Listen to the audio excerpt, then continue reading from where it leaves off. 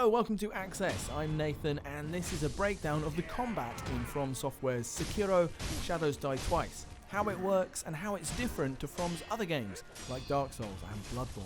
Everything we're going to talk about stems from Sekiro's setting and main character, the Wolf. He's a shinobi, trained since young to be the guardian to the divine heir.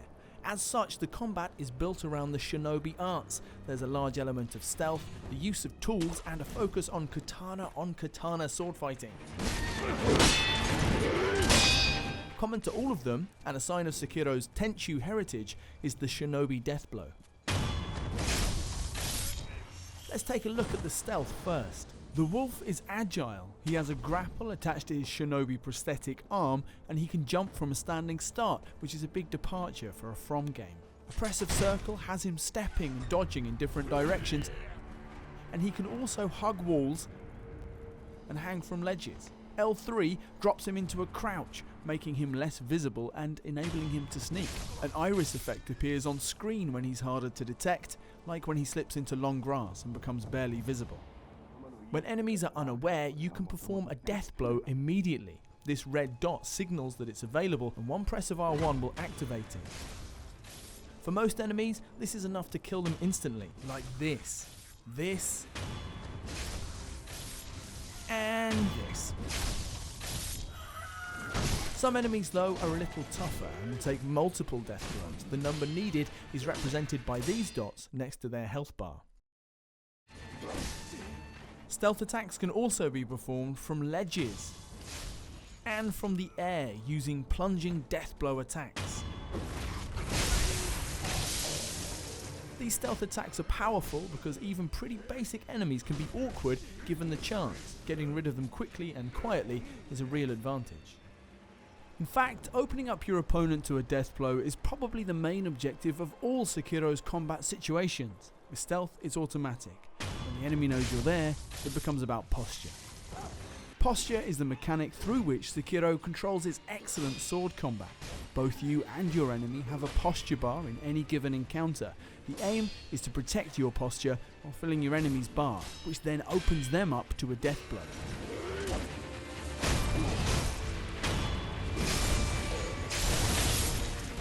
You do that by landing your attacks and, crucially, by deflecting theirs. Deflections are pulled off by pressing L1 right before your enemy's blow lands, resulting in a metallic clash and a boost to their bar. In fact, while you can kill most smaller enemies by chipping away at their health, for stronger enemies, bosses and mini-bosses, the only way to kill them is with a death blow. It's still useful to lower their health. The less health they have, the more quickly their posture bar fills and the more slowly they recover. But, for example, landing more regular attacks on this samurai general isn't doing any good. But when he's this weak, breaking his posture is easy.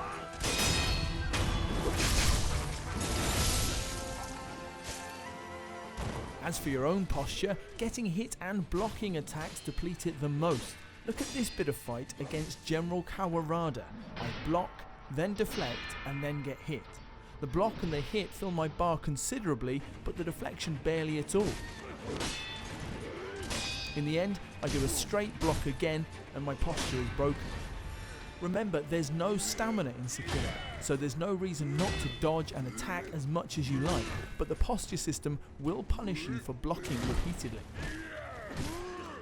This makes deflecting very powerful. Almost every attack in the game can be deflected, even huge blows from giant enemies, and it turns the combat into a reflection of the shinobi style of fighting. Patient, skillful, and about turning your opponent's attacks back on themselves. During combat, especially against more powerful enemies, you'll also come up against perilous attacks. These are signalled by a floating character, which literally means danger, like this, and can take a couple of different forms. Low sweep attacks, which you need to jump at just the right time, and thrusting attacks, which counterintuitively you need to step into while pressing circle to counter like this. Combat therefore becomes about trying to read your opponent, watching for perilous attacks, looking for an opening, perhaps blocking or dodging attacks that you can't read so well, and waiting for a chance to deflect and create the opportunity for a death blow. The deflection and posture systems make Sekiro so different from Dark Souls and Bloodborne that it's difficult to compare them. This is quicker, tenser and more finely balanced, and working for a death blow opening is like a fight within the fight.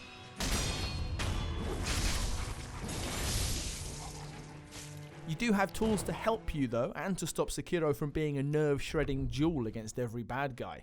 The Wolf's Shinobi prosthetic can be fitted with various weapon attachments. You can cycle between them by pressing triangle and use the special ability with R2. A few things to mention. Each use of the prosthetic weapon uses spirit emblems, a consumable that you find on dead enemies and around the world. Some attacks use more than others. And prosthetic attacks can be chained with katana strikes for combo attacks. Blow flame with the prosthetic, for example, and your follow-up gives you a flaming sword for a few seconds. Throw a shuriken and your attack will dash forward to take advantage of the opening. One key thing about the prosthetic weapons is that they're effective against particular enemies. These lowly shield guys are actually quite difficult to take out in open combat, unless you have an axe handy to crack them to pieces.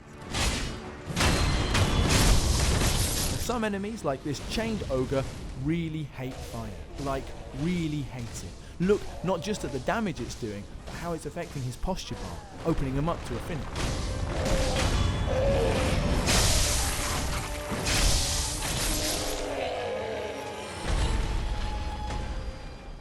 There's lots more to Sekiro's combat, other prosthetic tools, learnable skills and skill paths, but these are the basics. It's a new system based on stealth, posture and dueling that puts the onus on reading and engaging with your enemies when you can't slip past them altogether. Sekiro Shadows Die Twice is out on the 22nd of March. If you enjoyed this video, please give it a like, subscribe to Access for more like this from the world of PlayStation, and we'll see you soon.